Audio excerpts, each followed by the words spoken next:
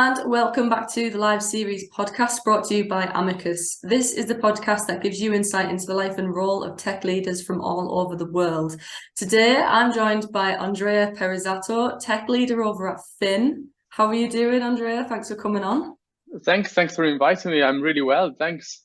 Oh, brilliant. It looks like a nice day where you are, actually, to be honest. It is. It's almost 16 degrees today. Last end of spring or summer. It's autumnal over here. Like, I think 16 degrees is kind of tropical compared to Manchester standards where I am. So like I said, you're over at Fin. I keep going I call it Fin. Is it Finn or is it Fin or how? No, it's Fin. Fin, yeah, okay. It's actually a German name for a person. Oh, really? Yeah. All right, okay, fair enough. I think we've got. Do you mean like a name, like a man's name? Fin. Yeah. Oh, okay, yeah. No, we've got that over here as well, I think. Yeah, but I think there's some crazy spellings of it though over here, I think. Yeah. Fair enough. So go on then, tell us about Fin and what it is that you're doing over there. Yeah, so at Fin we offer an all-inclusive car subscription, and the idea is that people can just enjoy kind of a hassle-free car. They just most people really want their car to drive around, and they don't want to worry about financing and maintenance and tires and all these kind of problems. So what we offer them is a subscription that includes everything but the cost of electricity or petrol, depending on the car that you choose. And what we do on top of this is, in case you get a petrol car, we also compensate your CO2 emissions. And so, all of this is included. You just don't have to worry about anything else. So insurance is there, tire changes, brakes, services, MOTs, everything that needs to be done, it's included with your subscription. You just have to add the running cost of fuel. So I think it's a really interesting kind of opportunity for loads of people that don't really care about maintaining a car and so on. Like when I moved here in Germany, I don't speak any German, and it was very difficult for me to get an insurance, possibly some financing for a car. And this was a no-brainer to me of just saying, yep, let's go. Everything is sorted. I just pay this much a month, and everything else is included. So I think very good service for people like me, but also for many other. Yeah, it sounds it. It kind of makes you wonder why it isn't just the norm across the board. It's definitely something that I could use. Like, I'm a bit of a nightmare for keeping up with stuff like that and MOTs and things. Especially if someone like you don't know anything about cars, especially like anything in the realm of cars can kind of be a little bit intimidating, can't it? So absolutely, it's a really interesting idea. So tell me about your role there then. So my role here is I'm a tech lead in a team called Operations Development. So we are responsible for the life cycle of a car from an operational point of view. And in simple words, this means we order a car from a manufacturer, and we have to make sure that we get the car to the customer and then back to us and then to whoever gets the car next. And so we have loads of kind of processes to implement. Some of them are very complex, and I see this as like a very, very nice opportunity for us, because most of these processes tend to be manual. Some of the tech that is around is a bit old school, and you can see this as a really good challenge to bridge some of this old tech with more kind of advanced tools that we can use these days to make everything work like very, very smoothly and be like slick from a customer point of view. So yeah, loads of Excel spreadsheets, but now that we love to parse them and process the content of the files. So yeah, we are quite good at that now. Yeah, it sounds it. It's quite a broad role, isn't it? Really, I suppose you've got quite a lot of elements to think about there. Like, especially if you're overseeing everything as a lead. Have you always been a lead? Tell me a little bit about how you've got to this point. No, I haven't. So I've started many years ago now. Quite a lot actually, and I started probably when I was in high school with some microcontrollers and writing some C and assembler, but it was more for fun than anything else. Then I would say the biggest turning point for me was around the time the iPhone came out, and that was really nice because I still find at the time, at least now, it's like, you know, a commodity. But in those days, you could write some code and then it would magically show up on the screen, and you could touch the code, like the effect of the code that you wrote, and it was like mind blowing. And that's kind of, and that got me and kind of sucked me in this industry. And I'm still here today, so that was definitely positive. Yeah, I really enjoyed those days. Then I, with two friends, we started a startup and got we were building a social network for students, and we got accepted by an accelerator in Manchester, which is the reason why I moved there years ago. And it was an amazing learning experience, as you might expect. But you know, things didn't work out at the end, and I moved to a digital agency in Manchester, and then after that I joined one of the biggest pharmacy chain in the UK, which is based in Manchester, and that was a huge experience. Professionally, personally, it was unbelievable, and we were in charge of building a digital version of a pharmacy, basically, so you could have an Amazon-like experience for your medicines, and we were the kind of, you know, the dream of the startup within a large company, and that was exactly what we had for quite a long time, and it was incredible. After that, I joined a fintech company in Manchester, and for about a year, and then we decided to relocate to Germany, and I've joined Finn, and is almost a year now that we're here. Almost a year. So is Finn your first tech lead sort of role, as you know, being involved in the leadership of side of things? No, I started when I was in the pharmacy in the UK. Okay, that's do you play much role in hiring and things like that, and maybe structuring the hiring process? Do you have an input on that kind of stuff? Yeah. So here at Finn, hiring is well, loads of people involved in hiring, and we have regular like retrospectives and review the process and try different things.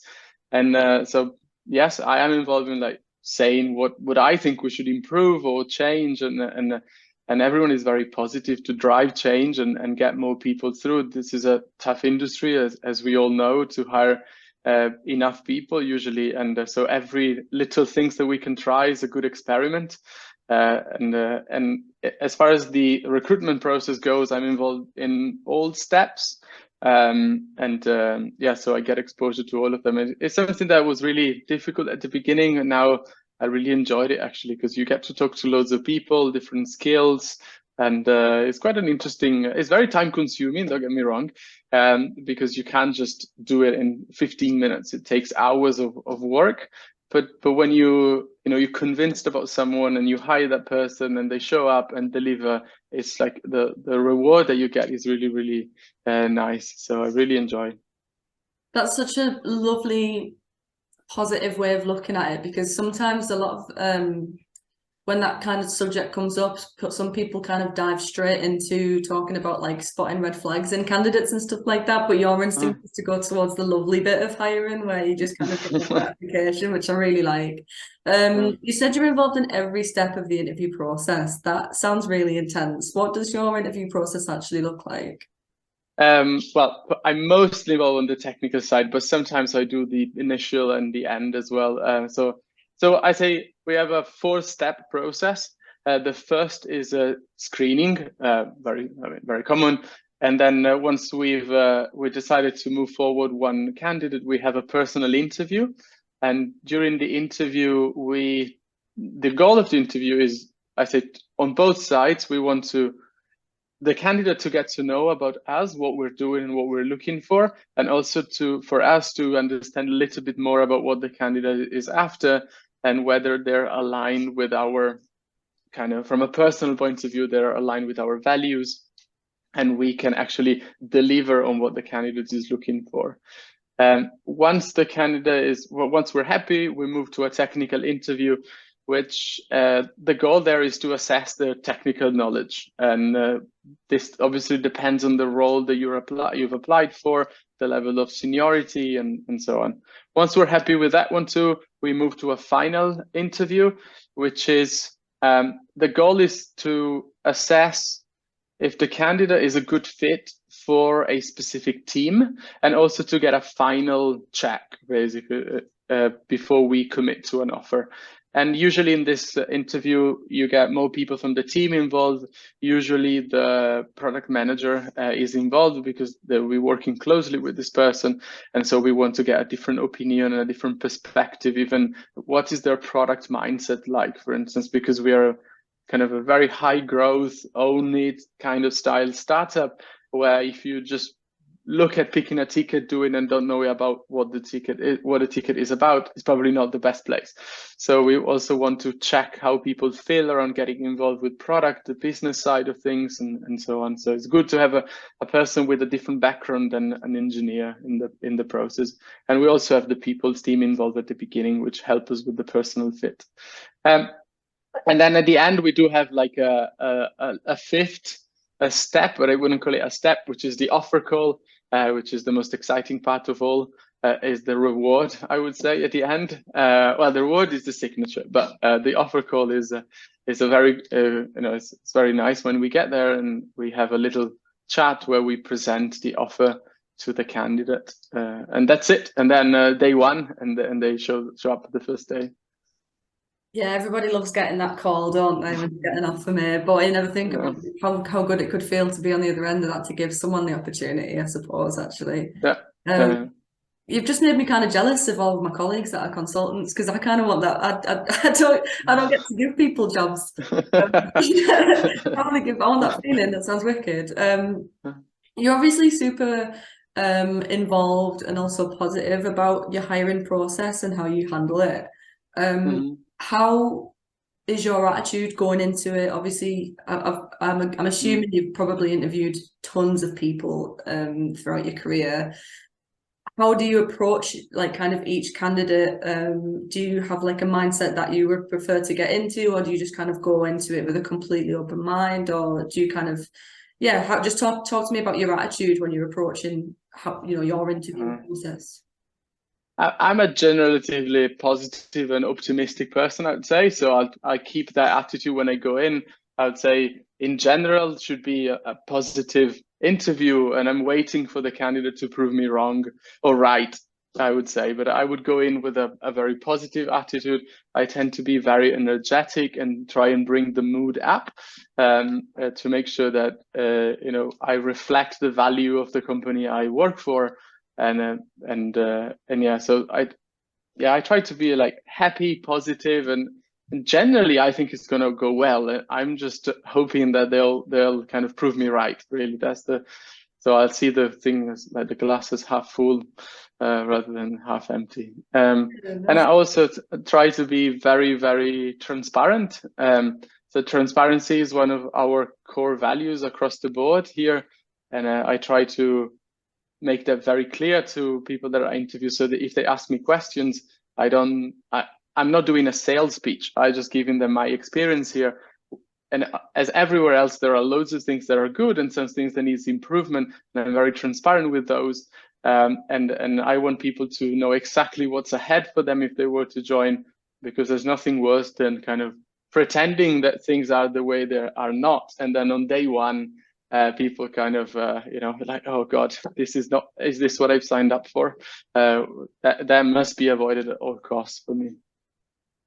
Yeah, I love that. I think you can definitely tell that you would be very good in an interview. I think a lot of people must have enjoyed being in interviews with you, I think, because you are like, it's a weird thing to say, but I think I can imagine people coming out of an interview, regardless of how it went, feeling pretty happy if you were interviewing them. I really love the transparency point. I think it is so important, and you do hear these conversations around the office at Amicus, for example, where people have started a role and they kind of want to back out and they're looking for a new one pretty much straight away, because they've almost been blindsided a little bit and sold to the world. And now it's, so it's really refreshing to hear a leader that doesn't want to do that and it wants to be super honest, because it sounds like a super obvious thing to want to do, but it just doesn't always happen. There's sometimes maybe that obligation for a company, if especially they're really enthusiastic about a candidate, to kind of, like you said, a sales pitch and make it kind of salesy and want to make them look really good and get this person enthusiastic. But a lot of the time, the candidate is kind of just really bothered about how they're coming across, and I think yeah, I just love the transparency point. I think that's really that's really insightful. So regardless of your positivity, you must have had some, let's say, imperfect interviews in your time. So what kind of red flags would you look for in a candidate? I'd say from a technical point of view, this would be like very high level answers, for instance, lack of depth in the answer, or yeah, so I said this would be the main one from a technical point of view, but I don't really think that technically is usually where the biggest red flags are. You know, people maybe have applied for a role above their seniority level, and then you can see, okay, that's fair enough. That's not a right fit, but they can get there for sure. The main problems that I see sometimes are from a personal point of view. You know, following on the transparency and honesty point of view, that is a big one that you see, and I understand why. It's understandable why people sometimes do this, of like overselling themselves. But then on our side, it's easier to catch this sales pitch, and that's kind of this lack of transparency and honesty is a bit of a red flag for me. I would very much prefer someone that tells me, I have no clue about what you asked. I just didn't have the opportunity to try this, rather than coming up with something and making it up on the spot. And following on this, the other one is people that have no weaknesses. So that is a big red flag, both from a.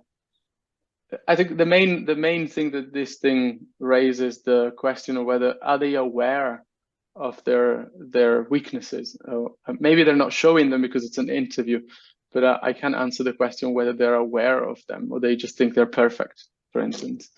And these things is probably the one that worries me the most, beyond the standard stuff, right? So the attitude being completely off, or arrogance, and kind of I would call them like, you know, the basement for a good hire. So once those are gone, then we can have a look at the next one. And transparency and honesty is a big one. Yeah, I think, like you said, with being able to show weakness, there is an intelligent way of describing your own weaknesses without just completely kind of, because like you don't want to come across as arrogant and pretend you don't have any weaknesses, but then you also don't want to come across as self-deprecating in an interview either. And so it's kind of finding the balance. But I think when someone has good self-awareness, then that's quite easily done, I think, and it gives off the right impression, doesn't it? Something that I would say something that gets me sometimes is people that don't prepare for interviews. You know, there are, you know, if you Google the 10 most common questions in interviews, or like, what are your weaknesses, for instance, and this kind of stuff, when people cannot answer them, or they just, you know, just no answer, just zero, or they very, very much struggle, that is my question is, I appreciate you're doing more than one interview. I'm well aware of this, and you don't have to prepare, you know, countless hours for this, but, you know, show some appreciation for the job that you're and the process that you're going through. So that's, maybe it's niche, I don't know, but that's something that I look after sometimes. No, I don't think that's niche at all. I think preparing for an interview is probably one of the most basic requirements of doing an interview. And then I guess people that kind of go into it just assuming that the personality and their experience will get them by is kind of naive. I would say, anyway. It might be a bit harsh, but I agree with you. I think you're right. I think preparing for an interview, I think when I hear the conversations around the office, I hear consultants constantly saying to their candidates, like, make sure you prepare, get some questions ready to ask them. And it's all kind of basic stuff. And it's not necessarily specific to tech either. That's kind of any interview across the board, I'd say. But yeah, you definitely can't just lean on your personality to get you through. You've got to your a little bit. Sure. So you touched a tiny bit there on a couple of things that you would look for, like the attitude and transparency. Like, my next question was going to be, what kind of green flags would you look for in a candidate? Is there anything you want to so definitely the transparency is the opposite of before. I like to see people that are comfortable answering questions about negative things. So let me give you an example. So if I ask you, why is this technology good? You can read that pretty much whatever you like in the first 5 Google answers. But questions about when is this a wrong use case for this technology, or when does this fall apart? When is this wrong? So in this kind of negative connotations of technologies, I always like to ask those questions, because I think at least, they show more experience than the positive questions. The answer that you get from them, you can tell whether it came from a book or it came from actual experience. While on the positive side, I find that a little bit more difficult, because everyone knows about how good things are, but less people know how bad things could be in some circumstances. So that's what I like to do. And if people answer this well, for me, it's good, it's positive, because it shows they understood the technology, but also they're like self-critical about what they've done in the past, and they can challenge some decisions they made, for instance, or they wouldn't make those decisions again. And the other one is very much related to Finn and the environment we operate in, and it's this general, I kind of hinted at this before, general kind of entrepreneurial spirit that people should have. This is a very big plus for us, because as I mentioned, product and engineering work really, really closely, and you have to be very aware of the domain you operate in and come up with ideas, challenge the product requirement, or find the sweet spot between a purely engineering-driven world and a purely product-driven world. The solution is usually somewhere in the middle, and we would like people to be an active part of this. So if we see that they're capable of this, is a very good. It's not a must-have, but it's definitely a nice-to-have. I'd say so. It's a good green point. Let's put it that way. I love your first point about when you were sort of saying that it's a really good way to kind of almost drag out the real experience that someone actually has with the tools that they're going to be using, for the example that you used. Yeah. And it's quite a creative way as well to see someone's kind of problem sort of managing skills. I guess that's a question, because the way that you phrased it was kind of, it's a question that not a lot of people would necessarily come across. So that you can kind of tell, I think, in an interview when someone's kind of a deer in the headlights and they're not really sure what to say and they've not got that experience to back them up with. Yeah. So I think that's a brilliant point. And especially your second point as well, that you were saying from directly the role that you're dealing with at the moment at Finn.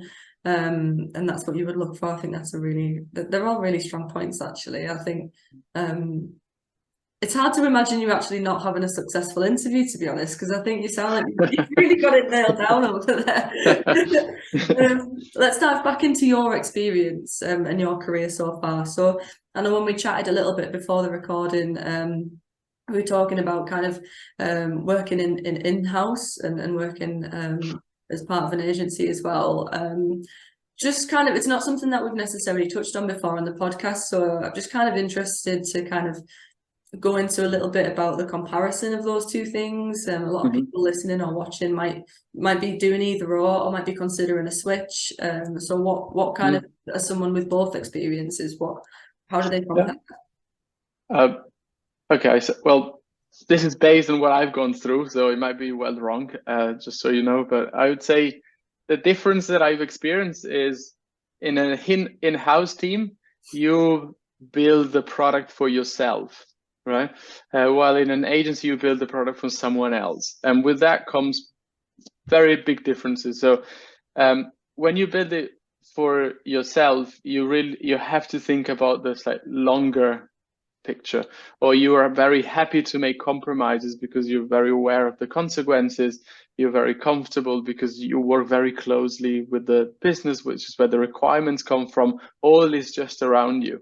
On the other side, you build things for someone else, and so you become much less attached to what you build, or less this would have. So I was, and so you never kind of, if you're driven by the product and releasing something and seeing it, and see the product improve over time, this is more difficult in general, because you might get moved from product to product, or product might not last too long, or maybe an agency is involved only for the first release of the product.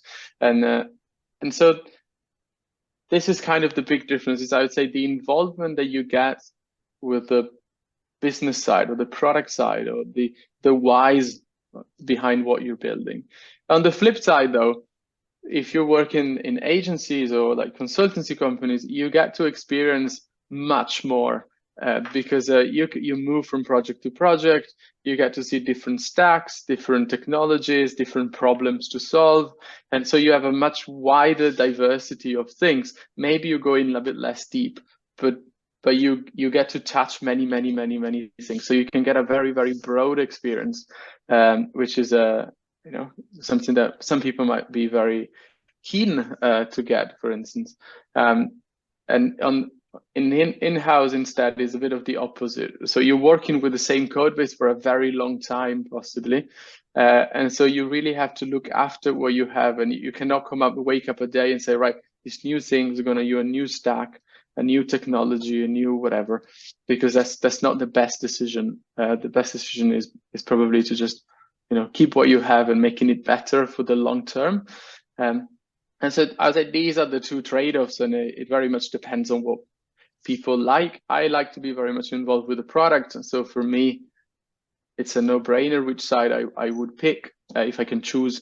But we're so many people, and there's one for everyone, really. Yeah, I think I guess it would depend on the person then, wouldn't it? In terms of you're not saying that one's kind of better than the other. It's just kind of certain people suit certain ways of working. Yeah, I like that as well. You get the best of both worlds. I don't know what I was expecting with an answer from that question, but I think there's definitely pros and cons of each. Is by the sounds of it, and that's something that's really interesting. It sounds pretty balanced out in terms of the rest of your experience. I guess my next question kind of rolls along the lines of your attitude again, just to kind of jump back into that. In terms of setting standards and principles and standard practices, I guess it kind of ties in with your experience of agency versus in-house. In that you've obviously picked up a lot of skills and learned along the way, like how to set certain standards, and you'll have seen different standards and different principles set across different companies. But how do you, as a tech lead now, kind of establish principles and standard practices within your team? Yeah, so first of all, I start from the principles, and the principles should be aligned to some extent, well, to the whole extent probably, to some business goals, right? We should have some, I'm talking specifically about engineering principles, for instance. They should allow us or push us in the right direction to deliver things in the right way. And then from that, we have practices, which is just simple and standardized ways of delivering on those principles. And I can give an example of what we have here as I mentioned, the car industry. Performance of servers, not the car, it's almost irrelevant for most of the operations that we do. Let me give an example. If I have to register a car and get a license plate, we have to physically ship the license plate from one location to another, which takes a day maybe. So if we process a registration request in a millisecond or 2 seconds, that doesn't make any difference whatsoever. But if we lose track of where a car is, that is a bit of a problem, because a car is an expensive asset, and it could be anywhere in our life cycle, and we don't know where the car is. So that is a bit of a problem. So this is to say that for what we do, the reliability of the processes and the transparency of the process is much more important than performance. And this is one of the principles that we have to handle errors very carefully and have a very visible system we have to have a very visible system. And a way we implement this is that we log events for everything that happens. We have a very extensive login practice, and this allows us to know exactly what happened at any point in time. So then when we do don't lose a car, but when something goes wrong, we at the very least can trace it back very easily and can make things work in a better way.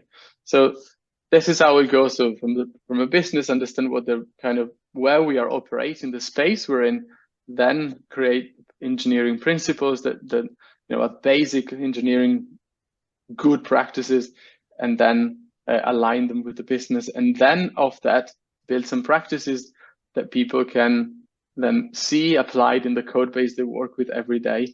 And the idea is that I shouldn't think too much about applying our principles every day, because the practices that I use are already delivering on those. Yeah, it sounds very efficient. I think it's the amount of logistics involved in the engineering side of a company like Finn goes, I think, completely unrecognized, or at least definitely undervalued. In terms of so how do you keep those standards consistent then when it comes to, you've got your principles in place and your practices to keep up with the principles, but how do you ensure that your whole team is keeping up to that standard and being efficient?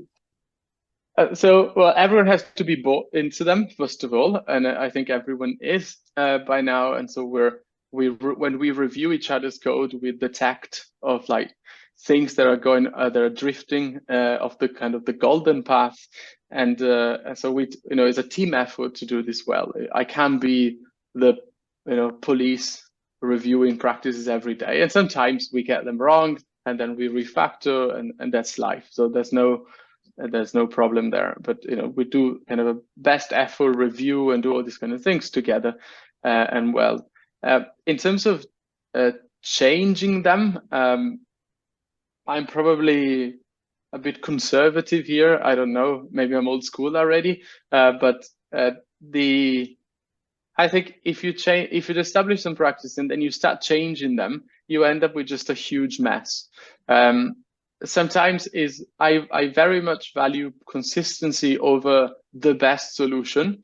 And so sometimes we might come up with some code that is not as good as it could be, but is at the very least consistent with everything else. And so if someone else shows up, they know exactly where to look for things. They expect to find those things and they find them, and then everything is working out. So maybe we have a bit of overhead sometimes, or sometimes things are not perfect, but at the very least they're consistent. Sometimes though we do need to change things that, as we grow and mature as a team and as our platform grows, things would not work anymore. What works today usually doesn't work in a year down the line, or even 6 months down the line. But I very much like to feel a lot of pain before we commit to a decision. So I'd say, or you spot that practice could be improved, and then you say, okay, you keep an eye on it, and then, a bit of time later down the line, you're like, okay, this is really bothering me, and you bring up the conversation to solve that, and then you commit to solving that all over the place. So I tend to push back on change for this reason, basically. So I appreciate it could be a bit conservative, but I would prefer it rather than that every file is a different practice. That doesn't help.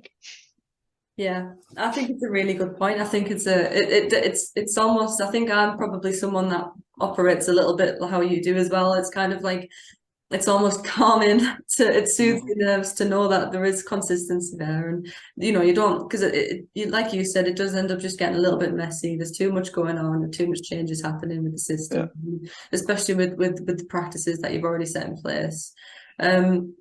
It sounds like communication and collaboration is really important to your team. How do you kind of encourage your team members to be super collaborative and communicate with each other efficiently? So I'd say, first of all, I try to create a flat and equal structure. So there is no kind of levels, I would say. Levels obviously do exist, but the goal is that everyone should feel comfortable, whether it's the intern that has just joined as their first working experience, or whether it's a tech lead or a senior engineer in the team. At any level, people should be comfortable asking any questions that they feel they need to ask. So that's the kind of baseline. Then obviously people have different responsibilities and are accountable for different things. So flat structure doesn't mean anarchy, but it means, like, from my point of view, it means that people can express themselves without fear of being judged, for instance. But if I have to make a decision, I'll make the decision. It's my job to do it, and I'll make it. Then when it comes to like collaborating and communicating, we also are a remote team, or like partially remote. So some people are spread all over the place.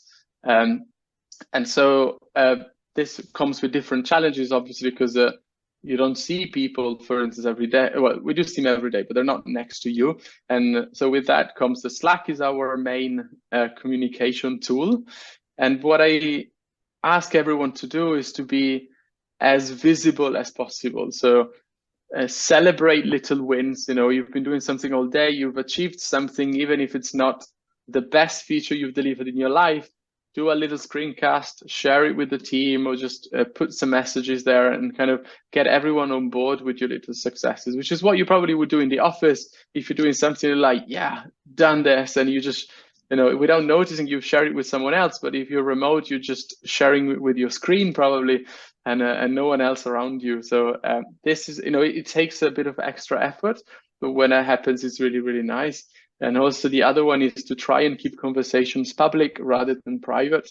And because, first of all, it feels more alive, but also what you're asking may well be of interest to someone else. So that's or it might trigger conversations that would, in a office environment, happen spontaneously as you walk around, or you just ask someone and someone overhears you and it's like, hey, oh, I've got something to say there, and this kind of stuff. So this is how we try to, and I think works quite well, to keep collaboration and communication to a good level.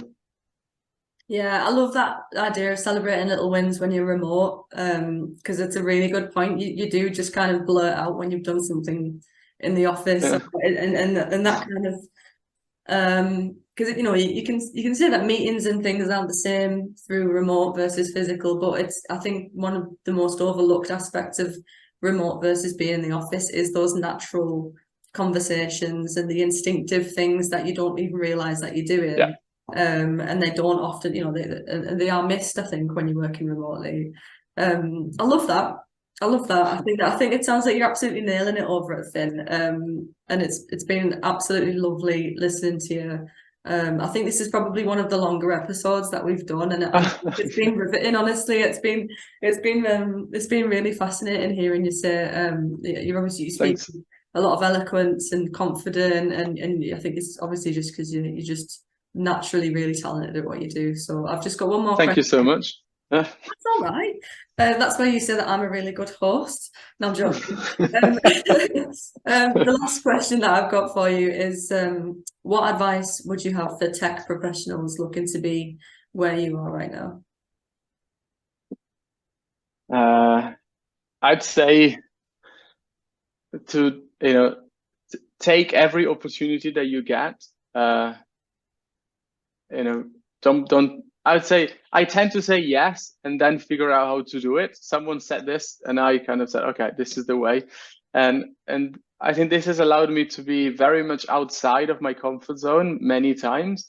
And that's the time where, looking back, you felt most of the pain, but as people say, no pain, no gain, I guess.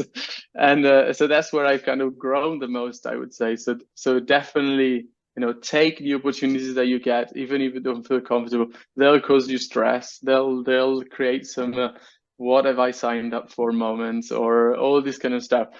But when you look back, then you're like, oh, I can see why, this that led to this other thing, and this led to this other thing. And then finally, that's how you get where you are today. So never be too afraid of saying no, and afraid of risk. Manage risk of your professional career. So I say leave on the boundary of your comfort zone. Try to get opportunities that keep you there. Not too much out, because you likely do a bad job, because it's way outside of what you can do, but not inside, because you would feel bored, I guess, or you don't grow as much as you could. But if you're 1 foot in, 1 foot out, or you just look at the line from the outside, then it's a much, much better place to be to grow. And the other one, which I've touched before, is definitely from a personal point of view, is to be transparent and honest. If you can't do something, if your manager or the people you work with trust you, and you just tell them, I'm not 100% confident doing this, they'll help you. No one will judge you. Or if they do, it's probably not the right place to work. People don't judge you for your weaknesses. People value people being like transparent in how they feel and what they feel comfortable with and what they need some help with. So I think that being in this way would help you for more opportunities, because it helps loads build trust with people. Yeah, I'd say, take opportunities and make that happen with some transparency and honesty. I think that's perfect. Brilliant advice, isn't it? I think especially the part where, it's such an overlooked thing that when people just they feel the need, especially when starting a new role, they feel like they have to kind of have this guard up and prove themselves, and they don't want to let that guard down and show weakness and just ask for help. But like you said, it builds trust, and it's definitely something that's super valuable. Yeah, what's really amazing advice. Thank you so much for coming on. Honestly, I've just got to do my little bit of plugging that I always do at the end of an episode. So if you're watching on YouTube, you can hover over the logo in the corner and hit subscribe. Follow us on Insta, Twitter, Facebook, LinkedIn, and TikTok for updates. Head to our website, amicusjobs.com, for tech news, webinars, more podcast episodes, blogs, and everything to keep you happy in terms of Python, Golang, JavaScript, and machine learning from all over the globe. Andrea, thank you so much again. Honestly, it's been absolutely lovely having you on. Probably get you on again, because I feel like we could have probably gone on for another hour. So yeah, thank you so much. And yeah, thanks so much for having me. Absolute pleasure. It was a pleasure.